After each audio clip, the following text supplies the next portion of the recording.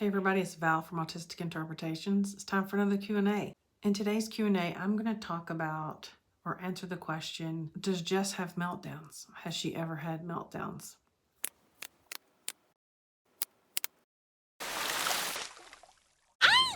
So Jessica's asleep, so I can talk about this while she's taking her nap. So I'm going to start off by saying, yes, Jess has meltdowns. She's always had meltdowns since she was a little girl.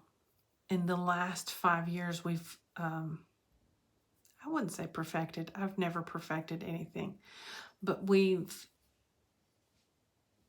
had great success with what I consider or call escalation management. So what is escalation management? For me, escalation management means always being tuned in to sounds. Sounds coming from her room. Sounds coming from her bathroom. No sounds. The sound of her voice. What does it sound like? The sound of her music. What kind of music is she playing? Is it too quiet? Is her tone upbeat? Is it negative? Is it this low rumble? So Jess has all of these varying sounds. And also facial expressions. Here's another sound. I can't do it. We say it like, pew. It's very much a sound of discontent. So what I do is I listen for all of those things all the time, all my waking hours, and probably even in my sleep, because I hear, it'll wake me up if I hear from her room this low rumble, which means she's kind of grumbling about something. And when I hear or detect or sense or see these things, I take action. And the action that I take is invisible to most people. Some people think I give in too much, or that she's spoiled, or that I don't make her do enough things.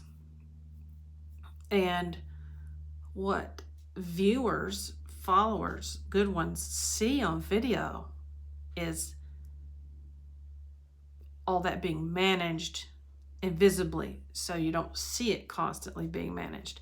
So it seems like we don't have issues, we don't have meltdowns, we don't have a hard time, when in fact we have to be careful with everything we say, how we say it, when we say it, the inflection of our voice.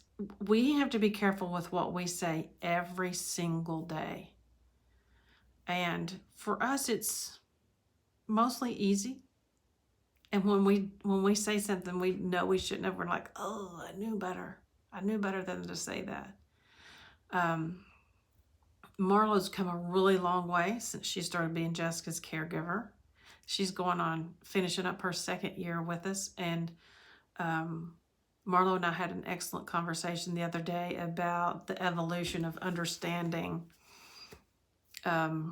these intricate things and my personal response to them.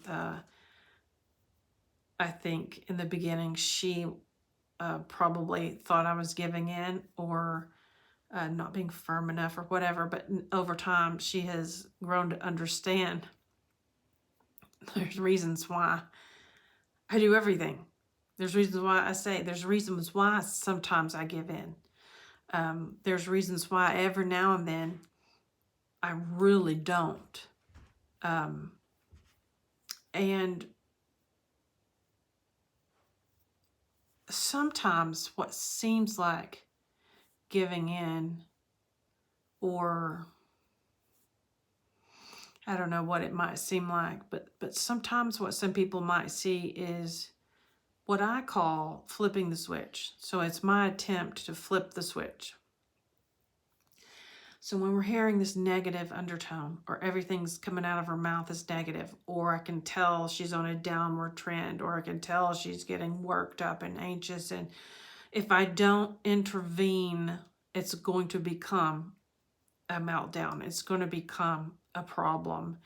And all of those are much better handled the earlier we get on board with there's a problem and we need to change something. So it's very much a go with the flow type situation where you have to be very creative in the moment. And I've just kind of got the hang of it. It doesn't always work out, but what I mean is each situation when I'm trying to flip the switch, there's potentially a different thing that's gonna be the thing. And it can be this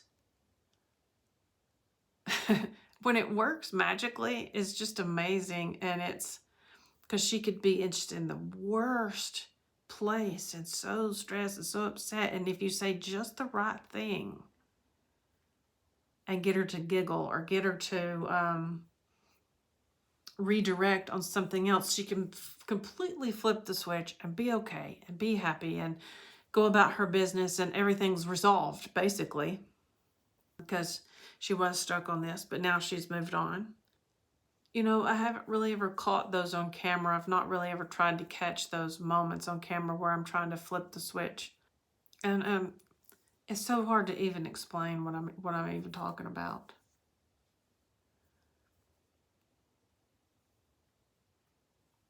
I'll try to catch some of that on video. But my main point right now is to say that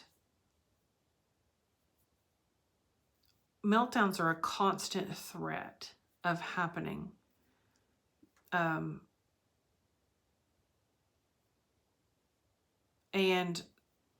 the reason why it seems like she doesn't have meltdowns anymore, or, you know, the perception is that she doesn't have meltdowns and everything's fine or whatever. First of all, is, you know, I don't video every moment of our life, and I don't share every moment of our lives, just some moments. And I tend to not show as many of the negative moments. I show them sometimes on Club Crispy, because we've gotten to know and trust our Crispy members. And so it's not putting out in public, that's just putting it out for a small group. But the reason why it's better is because of the story I've been sharing about the process we went through to get where we are today, and all these things that went wrong and went wrong and went wrong and went wrong, which led to me eventually quitting work and staying at home with Jess. That's when things got better. Jess needed to be here. She needed to be secure. She needed to be with me. I understand her. I know how to manage her anxiety. I know how to hear these things and interpret these things coming from her body, her mouth, her body language, the way she's walking, all of those things. And that's not to say that other people don't need to also know those things and learn those things. They have. Hannah knows them. Marlow knows them. And we work with those every day. And life is better for her now because she's with us and we understand her. Everybody needs to be understood. Jessica was misunderstood at school, at a work program, at the day center. She was misunderstood, and now she lives in an environment where she is understood, cared for, cared about, and we know how to help her when she needs help. Something else I think doesn't come across on videos very well is the struggle Jessica has to communicate. She has improved so much on her communication since we all started staying home instead of her being in a program and me going to work. I mean, leaps and bounds in her ability to communicate. But still, she cannot, you could sit here all day and ask her questions, and she's only going to answer a select few, and only if it's about something she's interested in. And then she might answer you. I still have to go through a process of, it's like detective work, figuring out what's going on with her sometimes. I probably need to work on getting a video of that too, a video of her trying to answer some questions. Not being able to express herself leads to other people misunderstanding her, but it also leads to extreme frustration and her getting more agitated and worked up and having a meltdown. And that's all directly connected to an inability to communicate effectively. Well, anyway, I feel like this answer has been all over the place. But anyway, yes, she has meltdowns. And yes, we do a really good job of controlling things here to greatly minimize her meltdowns. I will try to do a better job of putting into words these things I'm struggling with, explaining on here. And I'll do another video when I get that all figured out. But anyway, it's complex and confusing, and that's why I'm having a hard time answering it. There's not like a textbook response to it. If you have questions, please feel free to ask me questions. Appreciate you guys. Bye.